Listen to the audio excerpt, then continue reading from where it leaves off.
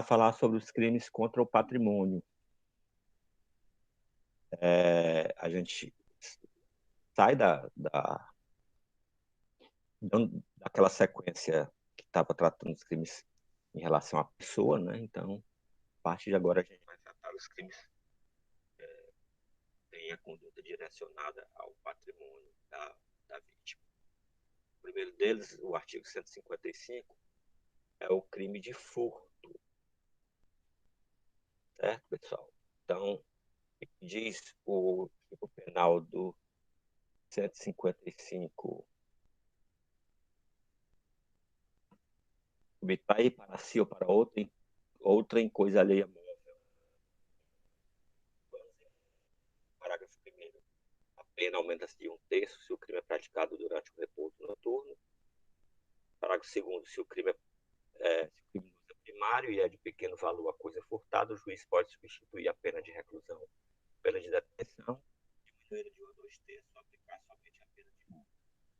Parágrafo 3º. Para se a coisa móvel, energia elétrica ou qualquer outra que tenha valor econômico. Aí vem as hipóteses de furto qualificado.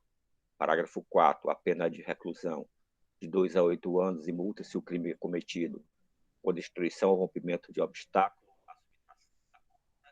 2, com abuso de confiança ou mediante fraude, escalada ou destreza. 3, com emprego de chave falsa. 4, mediante concurso de 2 ou mais pessoas. E aí, tenham cuidado com esse parágrafo 4A, com os livros que vocês estão estudando, certo, pessoal? Porque o parágrafo 4A ele foi incluído em 2018. 4A diz o seguinte: a pena de reclusão de 4 a 10 anos e multa se houver emprego de explosivo ou de artefato análogo que cause perigo comum. A pena é de reclusão de 3 a 8 anos se a subtração for de veículo automotor que venha a ser transportado para outro estado ou para o exterior. Sexto, a pena é de reclusão de 2 a 5 anos se a subtração for de semovente domesticável de produção, ainda que abatida ou dividida em partes no local subtraído. Sétimo, a pena é de reclusão de 4 a 10 anos e multa se a subtração for de substâncias explosivas ou de acessórios que, conjunto ou isoladamente, possibilitem sua fabricação, montagem ou emprego. Então, mesmo cuidado com o parágrafo 4, lá vocês vão ter com o parágrafo 7º, pois ele também foi inserido aí pela mesma lei, a Lei 3.4/2018. Cuidado, porque vocês podem estar com doutrina desatualizada. Então, vamos lá analisar cada uma, o que significa cada um dos elementos que compõem o artigo 155. Então, a gente está tratando de crime contra o patrimônio, então, obviamente, a objetividade jurídica agora muda, né, passa a ser a propriedade e a posse legítima. Então, esse aqui é o bem jurídico tutelado para esse artigo. Patrimônio, pessoal, bem... Professor, Oi. seu microfone está falhando. O microfone está falhando? Tá. Eu já troquei esse microfone hoje. O que eu faço mais não? Vamos ver se é o microfone mesmo ou se é problema na conexão da internet, porque depois eu posso verificar se no vídeo ficou bom o som, né? Porque eu perguntei a outro colega meu aí, e ele disse que também tá. Pode ser a conexão na internet, né? É, mas está falhando a ponto de não ser compreensível o que eu estou falando? É porque fica como se tivesse, fica normal e depois baixa muito. Então, às vezes não dá para ouvir. É, pois vamos continuar aqui e vamos ver se não é problema da conexão, né?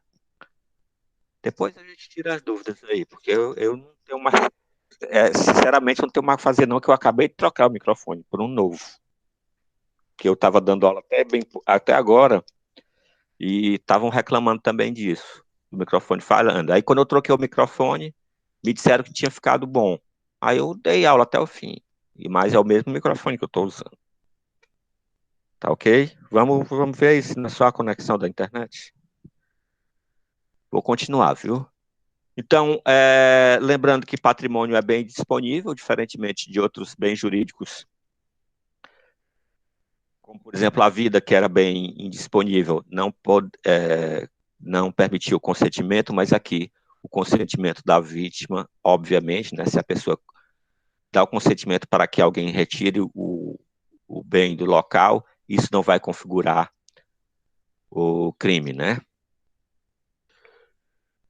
O objeto material é o próprio bem, né, que é furtado, e aí o tipo penal furto, né, fala subtrair coisa alheia móvel. Então, é a coisa alheia móvel.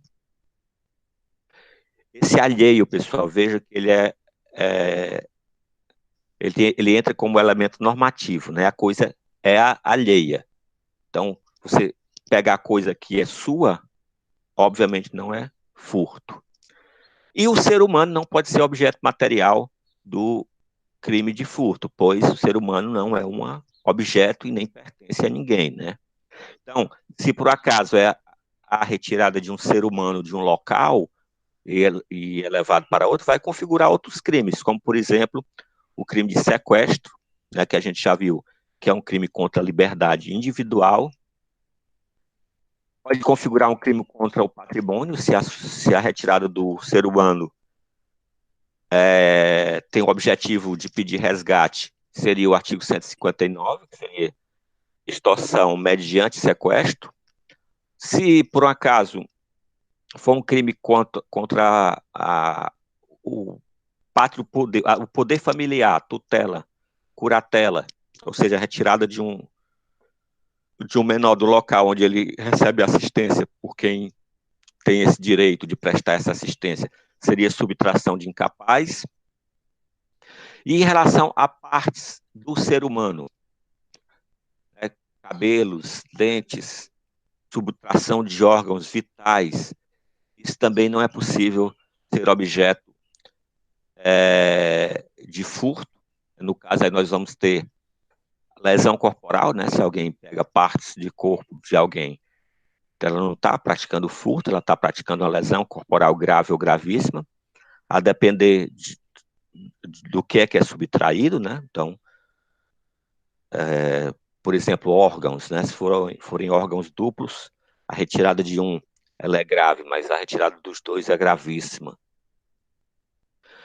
Se vier a causar a perda da vida, será homicídio, obviamente.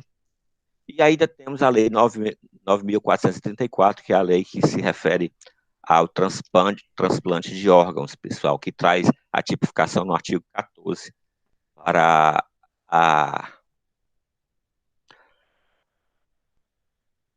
dessa conduta de subtração de órgãos. Quando a subtração se dá de cadáver, né, ou seja, de um morto ou partes dele, pode ter a incidência do artigo 211, e se for para fins de comércio, aí sim pode ser considerado furto. Então, a subtração de partes de um cadáver, né, porque a cadáver não é mais um ser humano, então aí já, se for com esse objetivo de obter vantagem econômica, aí nós podemos considerar o furto. Eu já falei do elemento normativo, né, da coisa alheia, né, então tem que ser alheio. Se a coisa é própria, seria crime impossível. Então, mesmo que a pessoa tenha a intenção de praticar um furto, por exemplo, o agente quer praticar o furto de um celular, mas efetivamente, ao invés de pegar o celular, ele pega o seu próprio celular.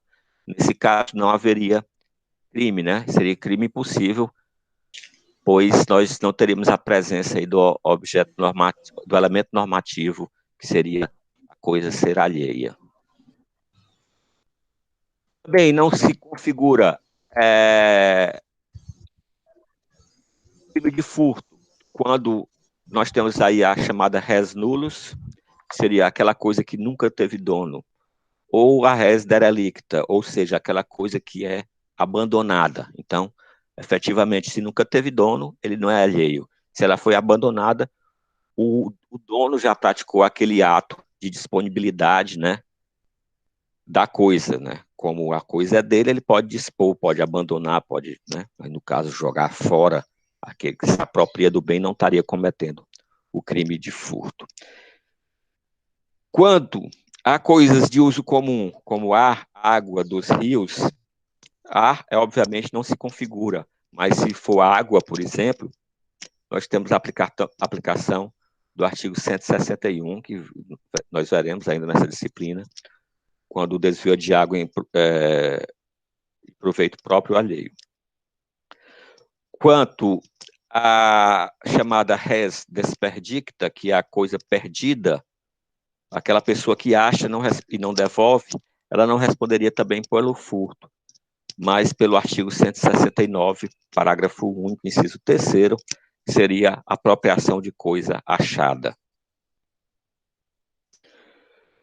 Então, qual seria o conceito de coisa móvel, né? O que poderia ser objeto de furto? É aquele que pode ser materializado em um suporte físico, né? O bem corpóreo, né? Um objeto. Também pode ser apreendido, né? Então, um objeto que não pode ser apreendido, por exemplo, um objeto que é muito grande, não poderia ser considerada coisa móvel. Obviamente, aquele que pode ser transportado, né? Pessoal, diferentemente de outras situações que a gente tinha a não probabilidade da aplicação do princípio da insignificância, aqui dos crimes contra a propriedade aqui, contra o patrimônio, nós vamos ter a possibilidade de aplicação do princípio da insignificância, né? Pois o direito penal não vai se ocupar com coisa irrelevante. Observem, ele se ocupa com o patrimônio, certo? O patrimônio é bem jurídico relevante para o direito penal, mas não é todo patrimônio, certo? Tem que ser um patrimônio significante, certo? O judiciário não vai receber uma denúncia de alguém que é acusado de furtar um clips de uma empresa, certo? Então, não tem sentido, tem que ter relevância.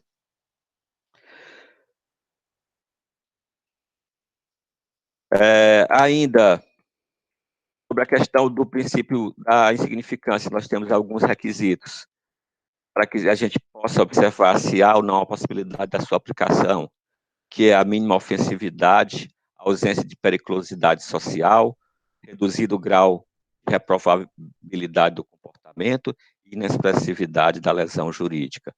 Pessoal, esses requisitos aqui são os requisitos adotados pelo STF. Os requisitos subjetivos. A importância do objeto material para a vítima, pois essa questão do valor relevante ou irrisório vai depender, né, do poder aquisitivo da vítima, né? Então, o que para alguém possa ser irrelevante, para outra pessoa pode ser de suma importância.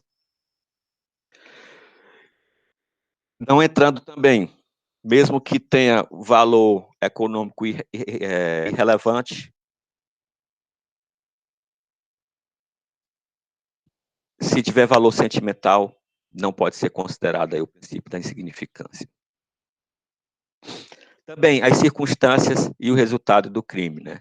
Então, tudo isso é considerado na hora de se verificar se aquele bem ou se aquela conduta se encaixa ou não no princípio da insignificância. Ainda temos a possibilidade da aplicação desse conceito de furto famélico. Então, na verdade, seria a aplicação do excludente de ilicitude, do estado de necessidade, que está previsto ali a partir do artigo 23 do Código Penal.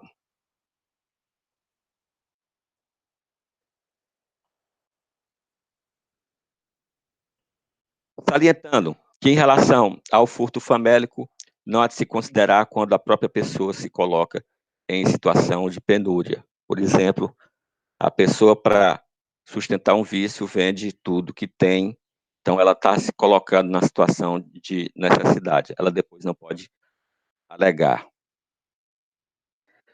O que não se confunde, pessoal, o estado, essa questão do furto famélico não se confunde com o estado de pobreza, certo? Que não se está autorizando as pessoas que são pobres, certo, a praticar o furto e a legal questão do furto famélico, né? Então, não é porque a pessoa não tem posse para adquirir, por exemplo, determinado alimento, que autorize ela a pegar esse alimento. Por exemplo, eu não posso consumir lagosta, né? Eu não posso, mas eu posso comer sardinha. Eu não posso, alegando a minha necessidade de comer lagosta, certo? Utilizar essa tese de defesa do furto famélico. Algumas considerações. Subtração de folha de cheque. Podemos alegar o princípio da insignificância? Da folha em si, sim, pessoal. A folha do cheque em si não representa nada. O problema é quando a pessoa furta e utiliza a folha de cheque, né? Passa o cheque por outro. Aí ele vai responder em concurso pelo furto e pelo estelionato. Observando também que existe uma súmula do STJ, essa súmula, a súmula 17, eu acho que aí no slide faltou indicar o tribunal, mas é o STJ, que diz que quando o falso se exaure no estelionato, sem mais potencialidade lesiva, é por este absolvido. Então, observem que ele vai responder pelo furto e pelo estelionato, e não pela falsificação. Por quê? Porque o próprio estelionato, certo, vai absorver essa falsificação, porque a partir do momento que alguém falsifica e passa para frente um cheque, esse cheque perde a potencialidade lesiva e a falsificação vai ser absorvida pelo estelionato. Por isso que ele não responderia por furto, falsificação e estelionato, apenas por furto e estelionato. Nesse caso, não há aplicação do princípio da insignificância, certo? No caso da utilização da folha de crédito. Quanto a furto de cartão bancário, o de débito ou crédito, se utiliza o princípio da insignificância em relação ao plástico em si, né, aquela peça de plástico, mas não se a pessoa utiliza aquele cartão, certo? Aí ele vai responder apenas pelo 171.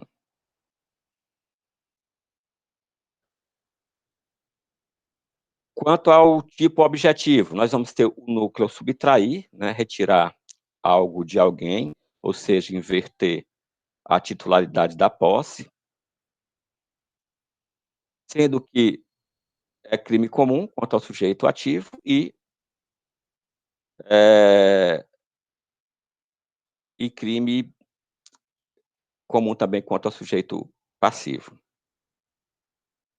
Pessoal, observação, o dono da coisa ele pode ser sujeito ativo do crime de furto, né? Por exemplo, você tem a propriedade, mas não tem a posse. Se você retira do possuidor, você pode responder pelo crime de furto. E ainda, haverá uma modificação desse conceito, dessa classificação de sujeito ativo como de crime próprio para crime comum, quando ele é praticado com abuso de confiança. Então, nós vamos ter essa causa de aumento de pena pelo abuso de confiança. Então, obviamente, só a pessoa que tem essa confiança do outro é que poderia ser um sujeito ativo. Logo, nessa hipótese, aí nós teríamos a hipótese de crime próprio. A questão da frase de ladrão que rouba o ladrão, né, ter 100 anos de perdão, isso não é verídico. O ladrão que rouba o ladrão, os 2 respondem pelo crime de furto.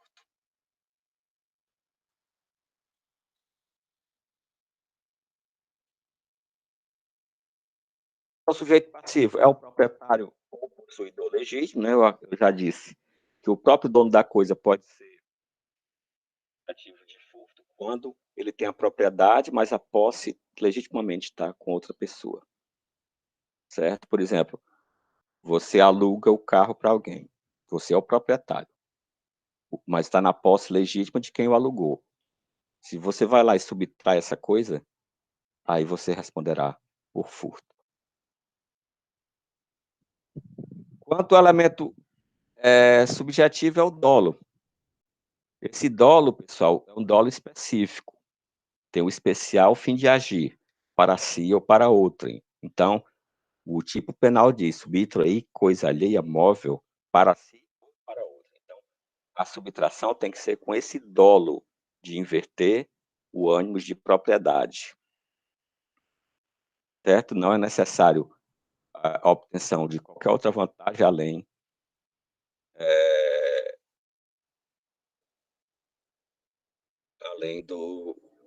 da própria posse do bem. Pessoal, quando o erro de tipo, né, por exemplo, você vai entrar rapidamente na sala de aula e vai pegar o seu celular e pega do colega. Nesse caso, se você não devolve, não é crime de furto, seria apropriação indébita. Qual é a diferença da apropriação indébita para o furto? No furto, a subtração do bem, dolo, inverter o ônus da propriedade, enquanto que na apropriação indébita, o bem está com você de forma inicialmente legítima e você se nega a devolver o bem. Nesse caso, quando há o erro de tipo, ele está em sua mão de forma legítima inicialmente, porque você acha que aquela coisa é sua. E a partir do momento que você percebe que não é sua e não devolve, aí a coisa passa a não estar mais em seu poder de forma legítima. Nesse caso, o tipo penal a ser aplicado seria o do 168 e não do 165, não do 155.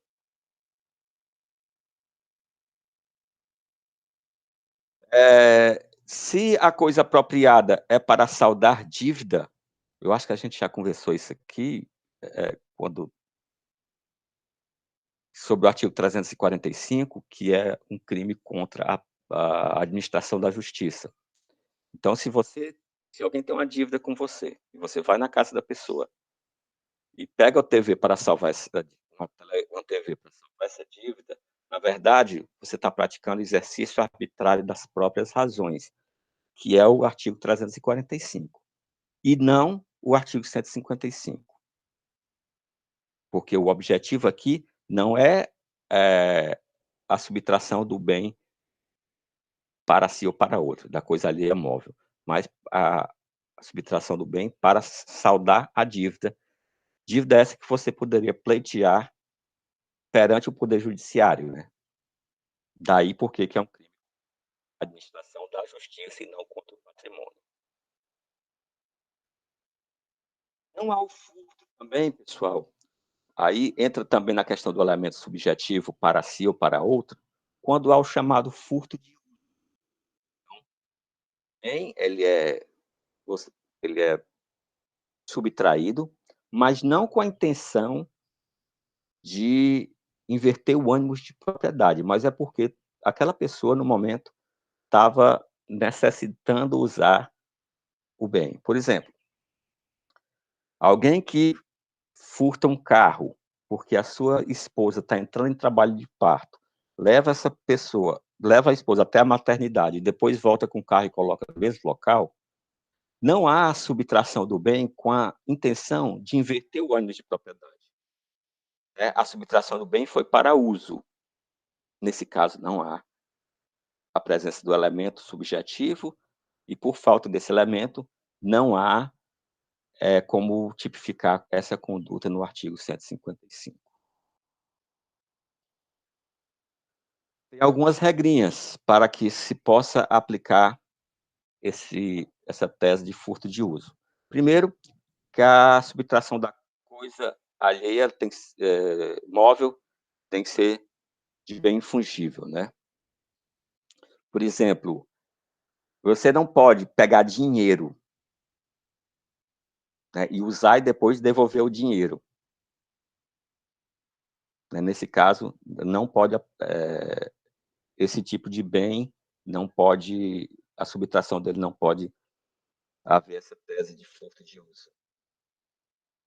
A intenção é de usar momentaneamente, né? Então, a pessoa que pega o bem para passar uma semana com o bem, aí já desconfigura essa tese do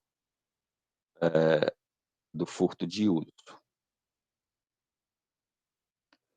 Quanto ao requisito objetivo, a restituição da coisa tem que ser depois do uso, devolução antes do descobrimento da subtração, em local que possa ser de imediato poder de disposição, e seja restituído integralmente. No exemplo que eu dei de pegar o carro para levar a esposa que está em trabalho de parto, né? Se bater o carro, já não pode utilizar essa hipótese. Eu não posso pegar um carro na aldeota e deixar ele abandonado na Barra do Ceará, porque essa coisa não está disponível para imediato poder do dono, né? Não está disponível de imediato para o dono. Então, nesse caso, também não pode se aplicar essa tese de furto de uso.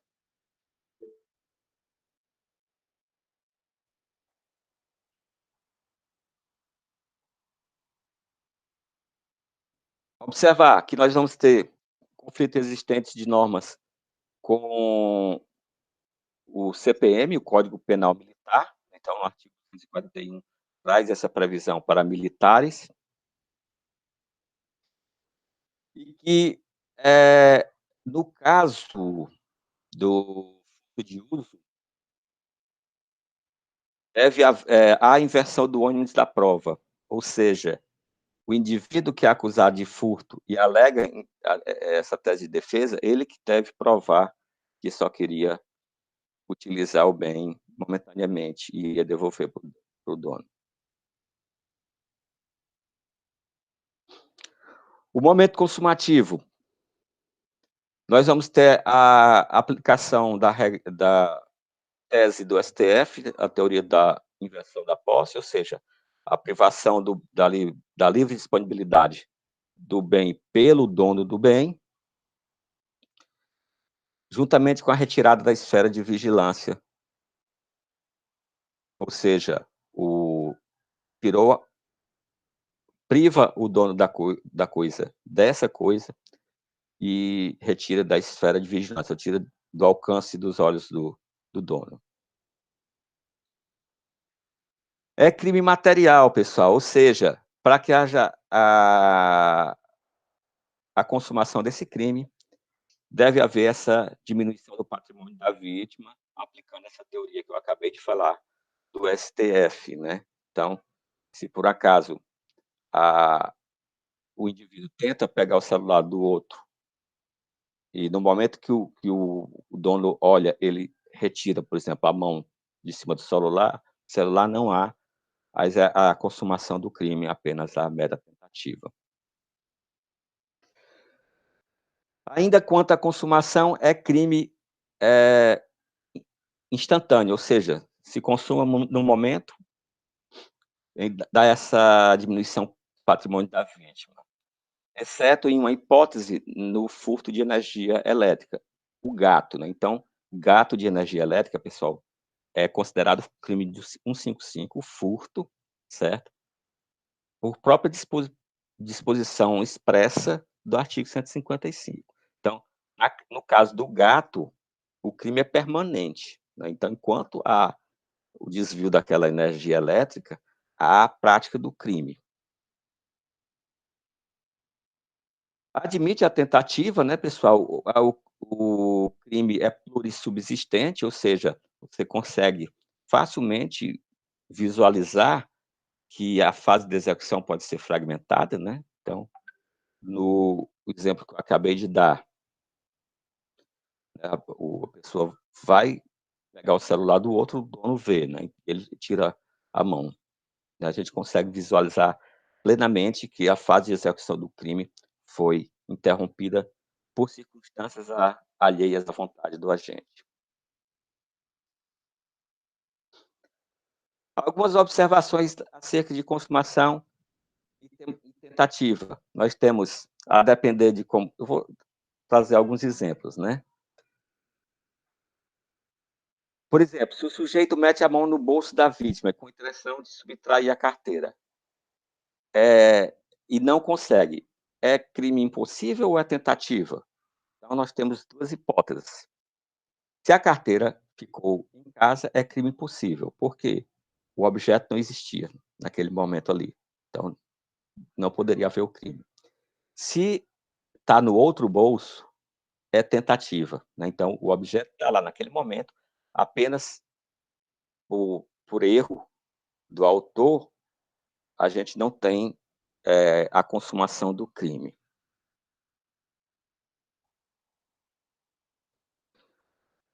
Ainda acerca da consumação, especificamente sobre furto de veículos, se o dispara o alarme de um carro, há tentativa, né, então não se consuma porque ou disparou o alarme ou porque há um dispositivo que corta o combustível, aí no caso é tentativa.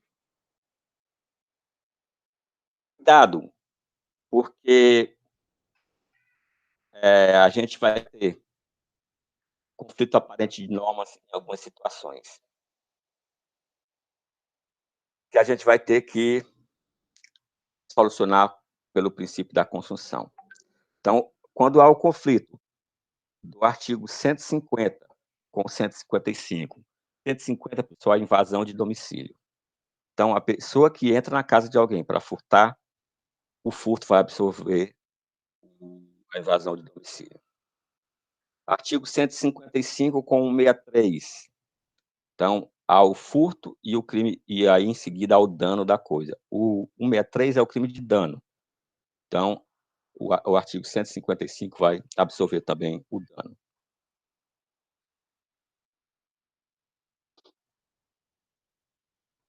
Quando é a venda, do bem a terceiro de boa-fé, aí nesse caso, pessoal, nós não vamos ter conflito aparente de normas, há 2 crimes, então nós vamos ter a aplicação do 155 em concurso com 171 em concurso material, porque são momentos distintos. Então, nós vamos ter o momento da subtração da coisa e, em seguida, a venda do produto para uma terceira pessoa. Aí vamos para as causas de aumento de pena. Então, o primeiro dela é o chamado furto noturno, né. Então, o o artigo 155 vai trazer, no parágrafo 1º, se o crime praticado durante o repouso noturno. Observem, repouso noturno não se confunde com o período da noite, certo?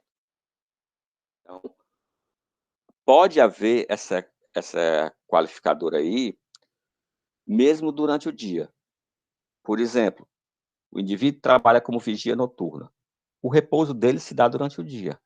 Então, se ele é furtado durante esse período, há a incidência do parágrafo, 1º, certo? Uma observação também importante, somente se aplica ao furto simples.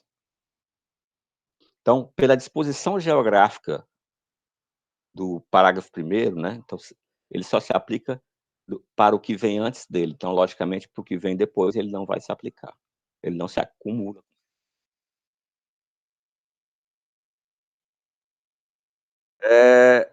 Com relação ao chamado furto privilegiado, quando o criminoso é primário, é de pequeno valor a coisa, então o juiz pode substituir a espécie da pena, né, de reclusão para detenção. e diminuí-la de 1 a 2/3 ou aplicar somente a pena de multa. Observações importantes desse furto privilegiado. Primeiro, ele deve ser primário, né? Então, não deve ter contra ele nenhuma sentença criminal condenatória transitada em julgado. Coisa de pequeno valor. Os tribunais têm entendido que essa coisa de pequeno valor é aquela que não excede a 1 salário mínimo na data do crime. Isso aí, pessoal, não se confunde com o que a gente já comentou sobre o princípio da insignificância, certo? Porque aqui não importa o poder aquisitivo da vítima, certo? Professor, Oi. a gente só vai poder tirar as dúvidas no final ou pode tirar agora? Não, eu poderia ser só no final, ficaria melhor, mas você pode, não tem problema não. Vamos lá, qual é a dúvida? Não, mas é porque o senhor fala de valor insignificante, mas se for de um pequeno valor, mas se tiver muito valor emocional para a vítima. Não, mas aí a questão do valor sentimental, ela não pode entrar na configuração para o princípio da insignificância, viu? Ela afasta o princípio de significância. Tá. Certo? Agora, se ela é de valor sentimental, aí afasta o princípio da insignificância. Mas ela não excede a 1 salário mínimo, por exemplo, um pequeno broche, né? Aí o juiz pode aplicar aqui o furto privilegiado se o autor do crime é primário, certo? Porque esses requisitos são cumulativos. Tranquilo? Tá ok.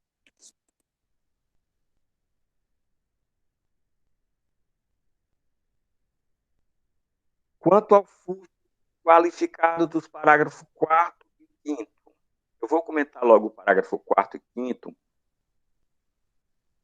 e em seguida eu comento os demais, porque houve uma modificação em 2018, inserindo alguns parágrafos aí, e eu vou comentar apartado, porque você tem que ter cuidado para verificar qual a doutrina que você está usando, né? Se não está usando a anterior a essa. Então, quanto aos parágrafos 4º e 5º, o 4º vai falar que a pena de reclusão de 2 a 8 anos e multa se o crime é cometido com destruição ou rompimento de obstáculo à subtração da coisa, com abuso de confiança ou mediante fraude, escalada ou destreza, com emprego de chave falsa, mediante concurso de 2 ou mais pessoas. Esse é o 4º. O 5º diz que a pena de reclusão de 3 anos, se a subtração for de veículo automotor, deverá ser transportada para outro estado ou para o exterior. Então, vamos lá, ao 4 e 5º. Meio de execução que facilite a prática ou acarrete maiores prejuízos desses qualificadores. Resultado posterior que afaste ainda mais o bem da vítima. No caso, do parágrafo 5º.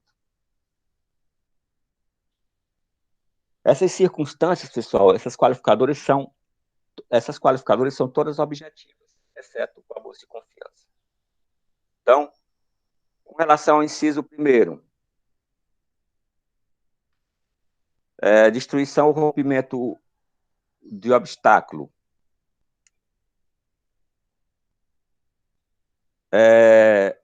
Esse rompimento do obstáculo, por exemplo, arrombar uma fechadura, tem que ser anterior à subtração da coisa. Então, alguém arromba uma porta para subtrair um bem.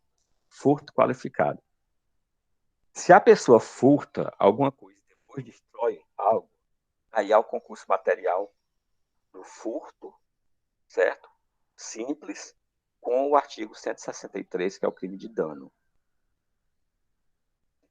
Observar que esse é um crime material. Para que haja a consumação, é preciso que haja a perícia no local. O exemplo que eu dei, o arrombamento de uma porta.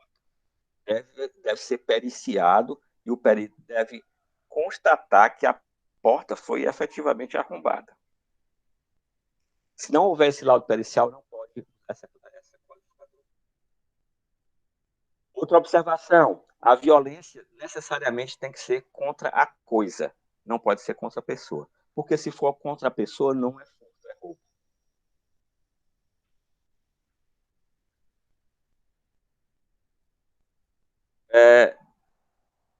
Inciso segundo fala em abuso de confiança, né?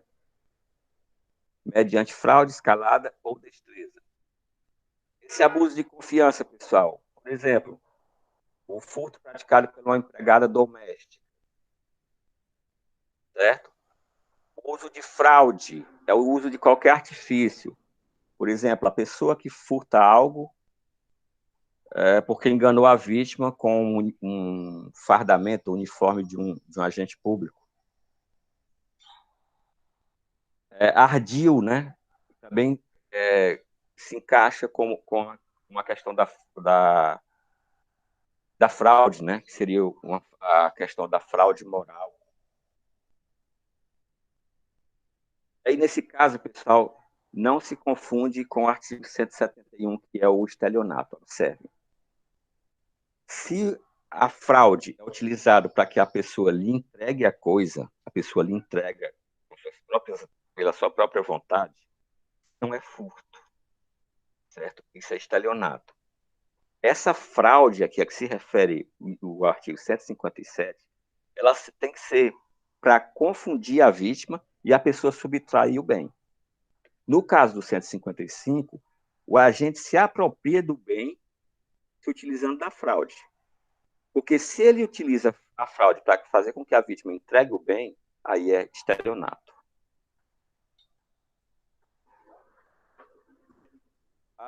Alguns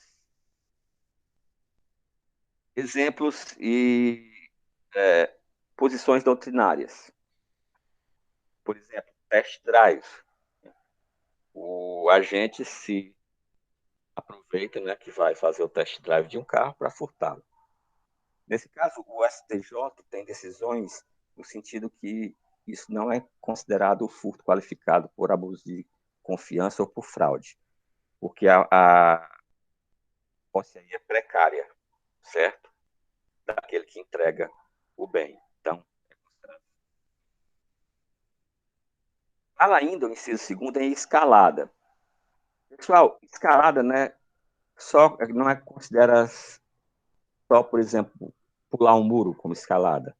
O chamado desvão também é considerado escalada. Por exemplo, ultrapassar um fosso, né? Ali há um desvão, né? O fosso. Cavar um túnel, certo? Então, considera-se também forma qualificada. Aí, ainda traz inciso segundo, a destreza. Por exemplo, subtrair a carteira do bolso de alguém sem que essa pessoa note, certo? Sem que a pessoa perceba. Ele usa a destreza. Então, ele tem a destreza, é necessário ter a destreza. Porque se a pessoa vai subtrair a carteira do bolso de alguém e a vítima percebe, ela não tem a destreza. Então, não pode utilizar, não pode ser utilizado essa qualificadora aí, certo? Então, a pessoa tem que utilizar, ter a destreza e utilizar a destreza.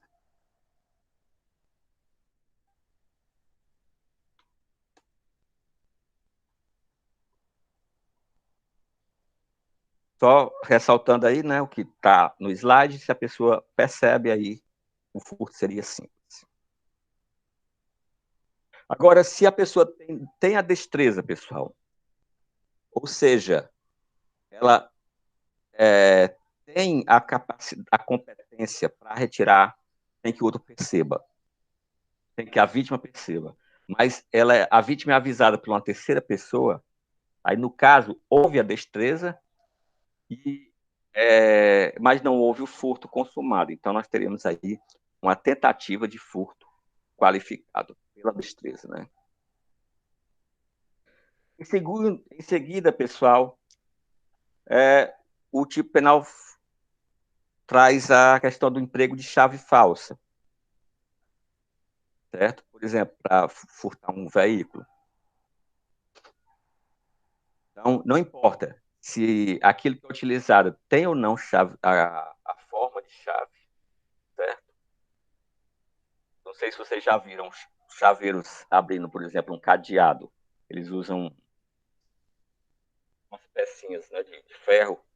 Não tem a forma de chave, mas que é perfeitamente capaz de abrir como se fosse uma chave. Aquela mecha, né, professor? Exatamente.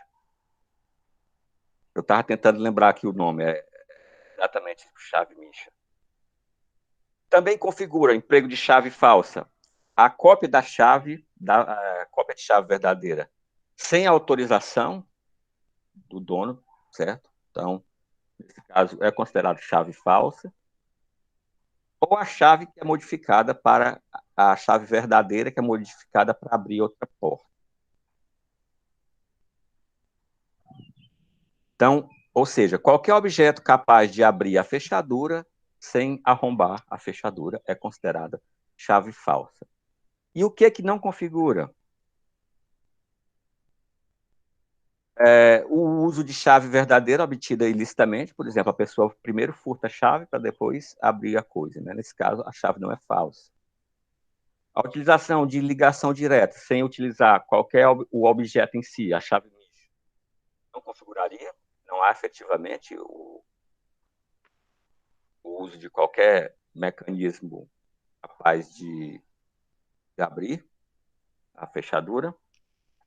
E em seguida a gente tem mediante concurso de 2 ou mais pessoas. Então, bastava mediante o concurso para a gente saber que é 2 ou mais. Então, nós vamos ter aqui um crime acidentalmente coletivo. A gente chama que o crime é acidentalmente coletivo. É o seguinte, o furto, ele para ser praticado, ele não precisa de mais de uma pessoa, né? Mas para que se configure essa qualificadora, aí nós temos um concurso necessário. Então, necessariamente, para essa qualificadora, precisa de mais de uma pessoa.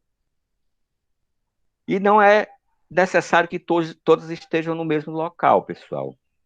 Então, admite-se aí as espécies de concurso de pessoas, tanto autoria como participação. Por exemplo, uma empregada doméstica que deixa a porta aberta para que o seu parceiro, certo, vá até a residência durante a noite e furte. Nós vamos ter aí que a empregada doméstica ela não está no local no momento, mas ela vai ser partícipe do crime de furto e ainda com ela responderia pelo abuso de confiança e pelo concurso de agentes, enquanto que o seu parceiro responderia pela qualificadora do concurso de agentes.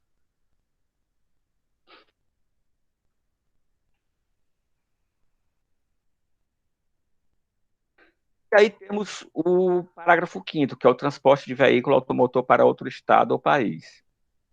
Necessariamente, pessoal, para que haja consumação do furto qualificado nessa hipótese do parágrafo 5º, tem que haver a ultrapassagem da fronteira ou do estado do país.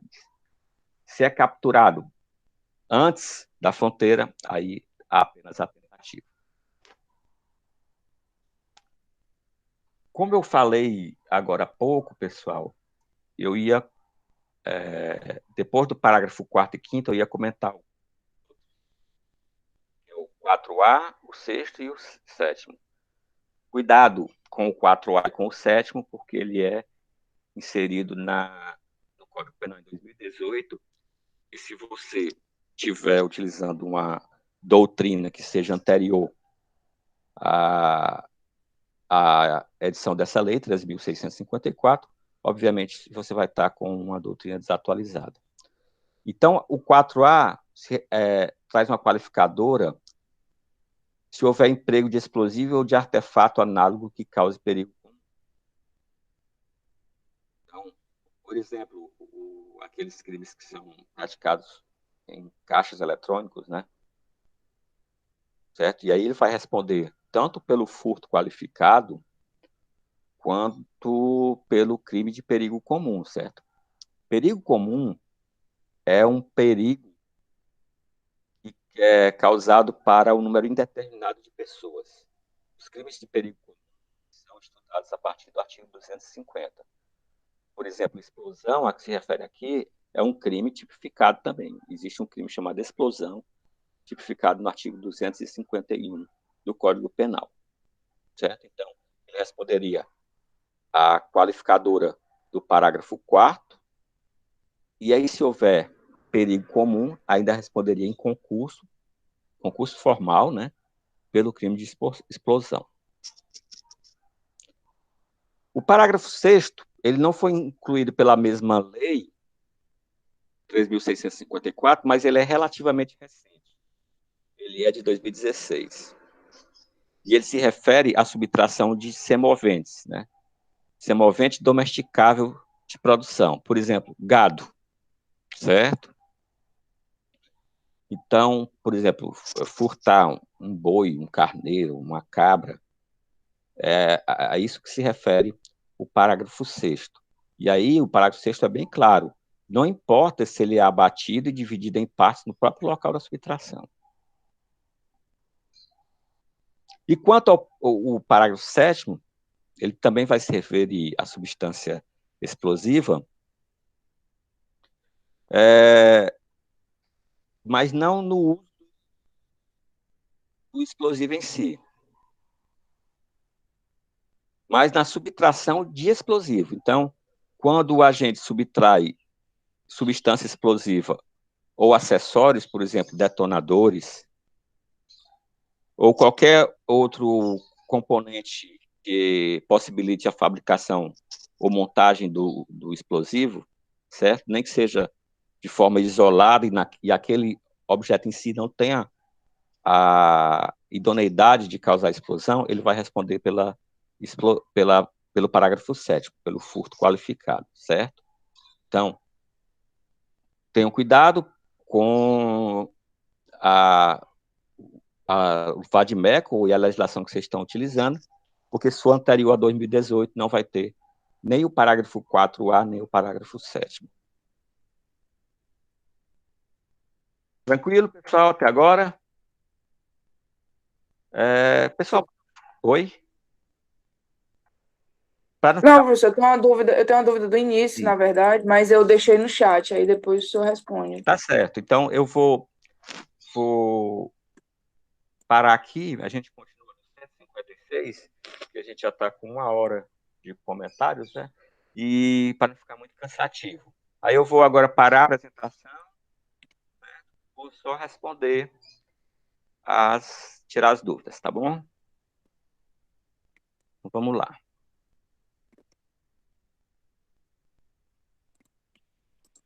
Vou ver o que tem no chat aqui.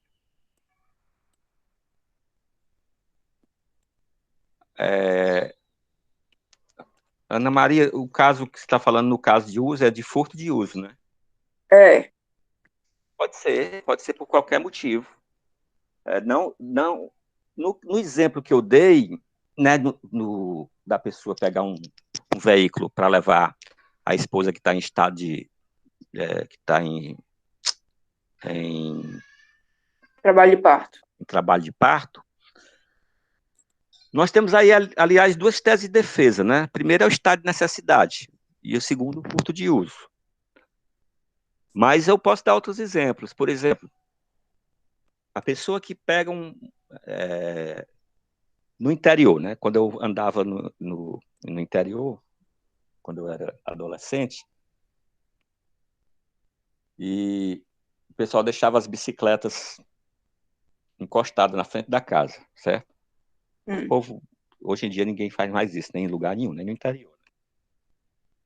E aí a gente, adolescente, pegava essas bicicletas, que a gente não sabia nem quem era o dono, dava uma volta ali no quarteirão e botava no mesmo local, certo? A gente não tinha intenção de subtrair a coisa, né? Era uma brincadeira, uma coisa de adolescência. Aí o pessoal vai ficar pensando, o professor já foi bandido, né?